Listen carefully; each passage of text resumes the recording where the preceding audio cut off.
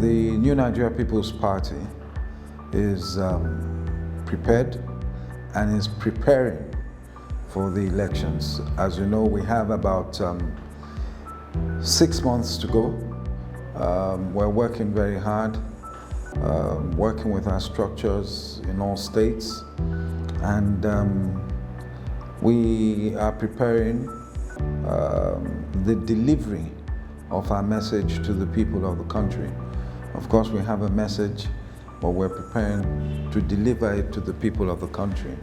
And this we will do from state to state, from constituency to constituency. We are not in it to joke, and we're not in it to play. So we believe we have a structure, viable structure, to win the presidency. We believe that, you see, what you must understand is this. Those who are involved in politics, structure and otherwise, are possibly not up to 2 to 3% of the voting public. We're not. So once you have a structure to deliver your message to the people that are going to vote, then you're fine. And once you have a structure to ensure that you have agents in all polling units in the country, you're fine. It doesn't matter the size of the party. You might be the party in government and have a large size and not have served the people well for 4 years or for whatever, and they'll vote against you. So do we have the efficient structure good enough to get us to the ballot box? Yes, we do. We wish him well. We know what we have in Kano. We know that he will not disturb the outcome, his movement will not disturb the outcome of Kano.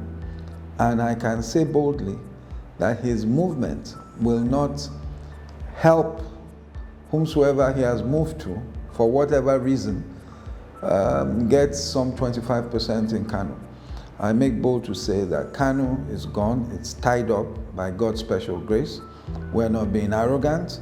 We know that the people of Kano know where they're going to. So elections are about building blocks. As you build, at times you lose some blocks, and most times you put in new blocks. And we are building, and we know, especially right now in the northern part of the country, we have the momentum. We have the momentum in the northwest, in the northeast, and north central too is picking up. So we know that we will have additional assets, additional people who will add to the quality of what we have in our fold. It is good that his movement has happened and has given us 6 months to work.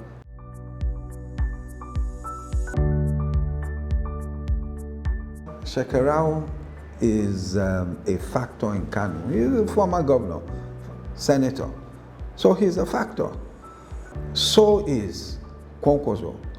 And so to the Kano people, to the people of Kano, it is also important that their son is contesting the presidency. So it will not make too much sense to them to move to vote for someone else when they have a viable son whom they love so much contesting the presidency. That's what we're weighing here.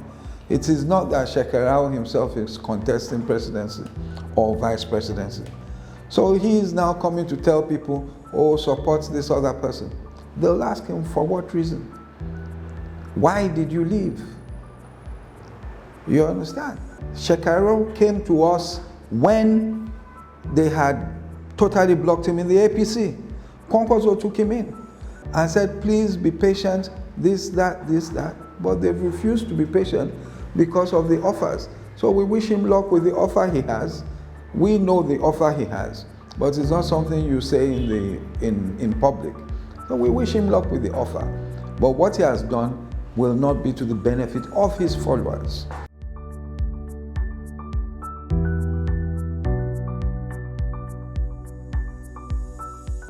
as I said to you, you understand, when Ganduje, Shekarau, Jibrin, who is also the other spokesperson of our campaign, etc., when they were all, Senator Kabiru Gaya and Senator Barrow, when they were all together in the APC, in actual fact, and some of them have said it, Kwankwaso defeated them. But we saw the so-called whatever, I'm talking about the gubernatorial election with Abba. You understand? Everyone knows what happened, but that has gone. So what more? What more when Kwankwaso himself is contesting, he is running for the presidency, and he's the only son of Kano that is on the ballot. And then it's not that Shekarau has gone to join Ganduje. So whatever it is there. Yes, you lose a bit by losing someone like that. That doesn't mean you won't gain it in 6 months. As I said, we have 6 months to go.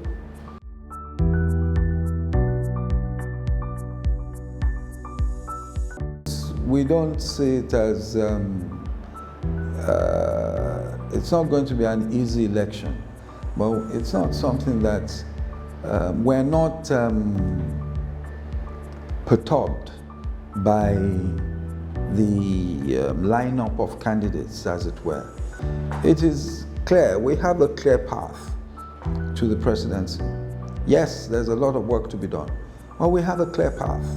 Those who should be perturbed are the other northern candidates you're referring to, because the more Obi does well, the more difficult Atiku's life becomes, politically speaking, because the PDP would normally have its bread and butter votes from the southeast and the south-south.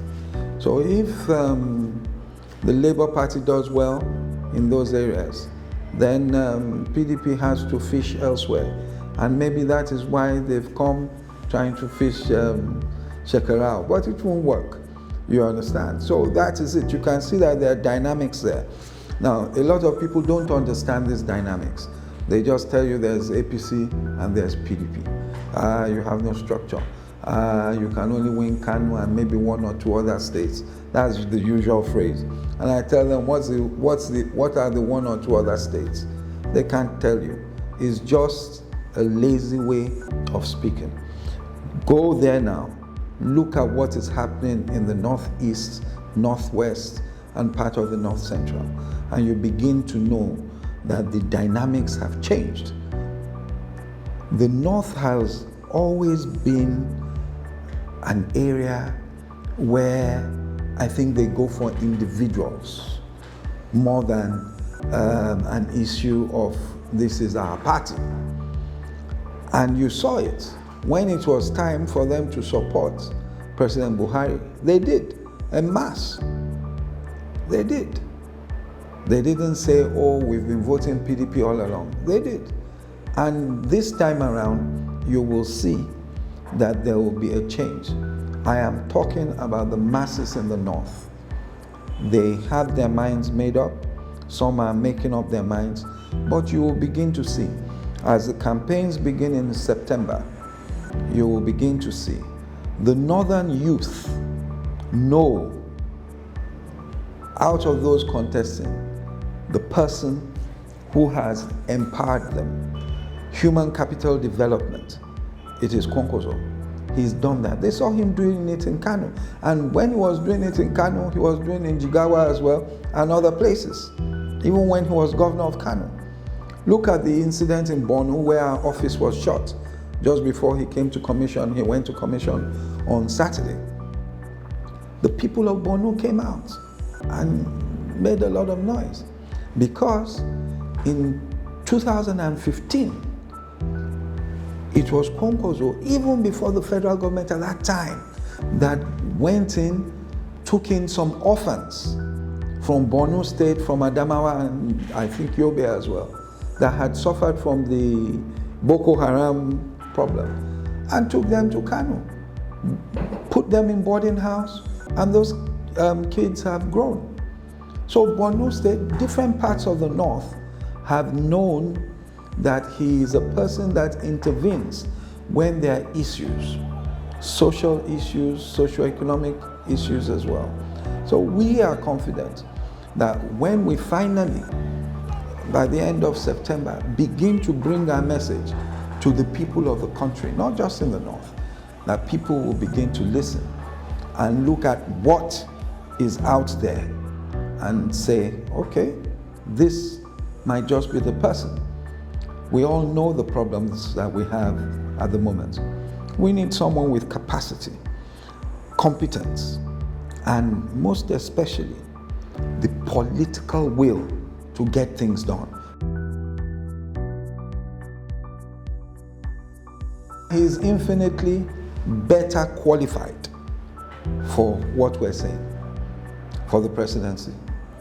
A lot of people will say, I'm talking nonsense, but I always tell them and they understand. And it's because we're here in the southern part of this country. You know, the presidential candidate of the PDP has been 2 times vice president, and he was in the customs. That of the APC was 2 times governor, maybe senator for a year and a bit during the SDP days. And that of the Labour Party, 2-time governor. And yes, a lot of experience from private business and what have you. Kwankwaso, on the other hand, started 17 years as a civil servant. Then he was governor of Constituent Assembly, member of the Constituent Assembly, governor for 4 years, Minister for Defense for 4 years, special envoy to Darfur and Sudan, member of the board of the NDDC representing the Northwest, and he resigned from that board because he felt there were funny things going on. Also came back as governor for another 4 years, senator 4 years. Now he's an applicant. So you can see that the experience is there. That's why I say that he's a person through his career in public service has shown that he has the political will to get things done. And but it is left to us. I understand there's a lot of work to be done.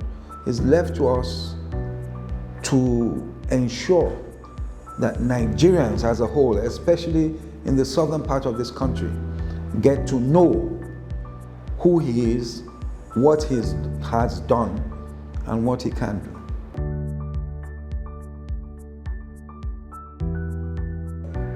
Bola Ahmed Tinubu, as I always say, I say our uncle, you understand? I've been in Lagos, we've known him, even when he was senator, we knew him. And he's a strategic politician. But, I mean, you look at the state of the country, the first thing is we want to know what his message is. If he's saying it is different from what we've had for the last 7 years, then we will ask why he didn't say so for 7 years. You understand what I'm saying? He has to own the economic hardship, the unemployment, and everything that we have now because of his role in bringing this government to being and his role in upholding this government in 2019. And he has his people everywhere. His man is the Speaker of the Federal House of Representatives and everything. So he cannot divorce himself from where we are at the present moment. He will try to, he cannot. The second message he will bring is that, oh, look at Lagos. And I say that is a joke. Tinubu cannot tell us to look at Lagos. Lagos had an advantage and has an advantage. It was the capital of this country. And a lot of things were put in before government went to Abuja. And I always say, you do not judge yourself by what you have achieved. It is by what you ought to have achieved with the talent and the resources that you have. Look, the economy of Lagos is comparable to countries, Gambia and what have you. You have come through Lagos, you know the traffic and what, have they done what they should have done with the resources we have? We're waiting for the campaign, and we're waiting for us to have a campaign based on issues. Atiku has more value to the voters of the South than he has to the core Northerners. It's as simple as that. You should ask him, why is it that the Talakawas, the people in the North, do not see that he represents them? Why? Your answer is as good as mine. So, as I say, we're all saying different things, but the taste of the pudding is in the eating. We will wait till February. Atiku has to concentrate on the emergence and I don't want to say resurgence, but the increase in popularity of Peter Obi and Peter Obi's hunting grounds. You understand? Senator Bola Ahmed Tinubu will probably have to wonder what he'll do in the core North.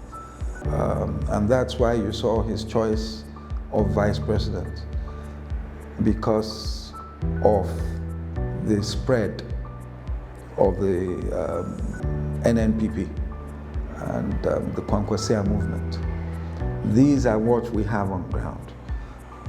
Mark my words, the elections in 2023 will be like none other that we've had. The people of Nigeria are fed up. They're tired. And if we do not make a positive change or do not take bold decisions, I'm not just talking about the presidency anymore. If the people don't realize that whatever they do affects their 4 years, then we're in big trouble. Well, it must be the right decision for them because it's what they took and I'm not part of them. You understand? So it must be their right decision because they feel that it is about getting their votes the way they want to get their votes. It's a gamble. If the Christian community or part of it, or a large section of the Christian community feel that they have been slighted because Senator Tinubu said he was looking for a competent hand, and some of the northern Christians say that so there are none of us that are competent. You understand? If the Christian community feels slighted, then they will know at the polls. But if they're able to play their game well, he might be able to achieve something. He won't win, but he might be able to achieve something. How do you know that Tinubu is not stepping down for Kwankwaso? How do you know? Because I have heard, these are all innuendos and rumors. I have heard rumors that say, the man is getting old, he's aged, they are talking about his health. He believes he has a friend in Kwankwaso. You can never tell. It can go both ways.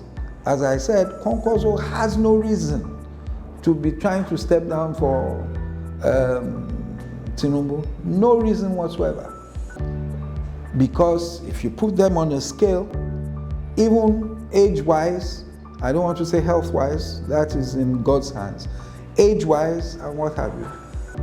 Kwankwaso seems more dynamic and more ready to fight the battle and more experienced office-wise.